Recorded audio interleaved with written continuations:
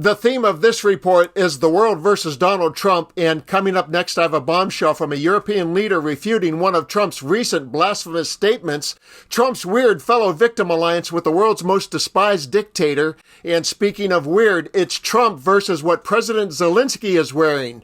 I can't make this shit up. Let's pick it up there as Trump greeted Zelensky with a passive-aggressive insult upon his arrival at the White House today, and then felt compelled to double down on it in front of the press. Pretty sure. He's all dressed up today. I do like your clothing, though. Yeah, really? I think he's I dressed. I think he's why? dressed I like beautifully. this guy. I don't know I think him. he's dressed beautifully. So, What an odd man. The guy who packs his face in bronzer every morning and leaves his self-awareness on the bathroom counter is thinking about his next petty put-down instead of how he might stop the bloodshed in Ukraine. In just a minute, I'll share the featured story of the European leader versus Donald Trump, but first, let's continue with Russia and Ukraine. Watch as Morning Joe explores Trump's rhetoric, a conversation that results in him being called out for playing the victim card again, while including Vladimir Putin in his bizarre narrative. I think he'll keep his word. I think I've spoken to him. I've known him for a long time now. You know, I've known him. We had to go through the Russian hoax together. That was not a good thing. It's not fair. That was a rigged deal and had nothing to do with Russia. It was a rigged deal with inside the country. And they had to put up with that, too. They put up with a lot. It wasn't just us. They had to put up with it, with a phony story that was made up. I've known him for a long time now, and I think he will. I don't believe he's going to violate his word. I don't think he'll be back. When we make a deal, I think the deal's going to hold. Joe, before we get on to talk about Ukraine, we have to just pause right there. That statement was extraordinary. The President of the United States saying it is. He and Vladimir Putin went through the Russia hoax together. They were in this thing together, that people were out to get them, when it was well documented, whether you think the Trump campaign in 2016 sought the help or welcomed the help or not. It's not disputed that Russia put its thumb on the scale in that election, but he sees a partner in that fight and a fellow victim.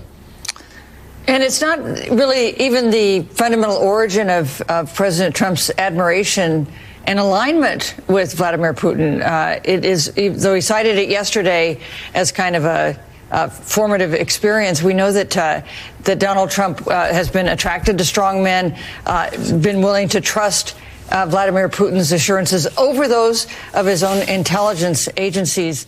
Trump is so easily triggered and will always default to that unfocused rant, but calling Putin a fellow victim was a new and comical twist. Moving on, yet another world leader has chimed in to denounce Trump's recent rhetoric. Enter Polish Prime Minister Donald Tusk, who responded to this false claim by Trump. The European Union's it was formed in order to screw the United States. I mean, look, let's be honest. The European Union was formed in order to screw the United States. That's the purpose of it. And they've done a good job of it, but now I'm president. Tusk countered the Trump lie with this post on X. The EU wasn't formed to screw anyone, quite the opposite. It was formed to maintain peace, to build respect among our nations, to create free and fair trade, and to strengthen our transatlantic friendship. As simple as that. But wait, there's more. In researching this story, I discovered that he has a lot to say about Trump. Enjoy this supercut that I've compiled for you. Looking at the latest decisions of President Trump, someone could even think, with friends like that, who needs enemies? He has made us realize that if you need a helping hand, you will find one at the end of your arm. I am not 100% sure that we can say today, we means Mr. President and myself, that we have a common position, common opinion about Russia. My main message to President Trump was that what gives our cooperation and friendship its deepest meaning are fundamental Western values. Values and principles first. This is what we, Europe and America, should be saying. I would like to address President Trump directly, who, for a long time now, has been criticizing Europe almost daily for, in his view, insufficient contributions to the common defense capabilities, and for living off the US. Dear President Trump, America does not have and will not have a better ally than Europe. Today, Europeans spend on defense many times more than Russia and as much as China. And I think you can have no doubt, Mr. President, that this is an investment in common American and European defense and security, which can't be said with confidence about Russian or Chinese spending. I would therefore have two remarks here. First of all, dear America, appreciate your allies. After all, you don't have that many. And dear Europe, spend more on your defense because everyone respects an ally that is well prepared and equipped. Money is important, but genuine solidarity is even more important. Speaking about solidarity, I want to dispel the American president's argument, which says that the US alone protects Europe against our enemies, and that the US is almost alone in this struggle.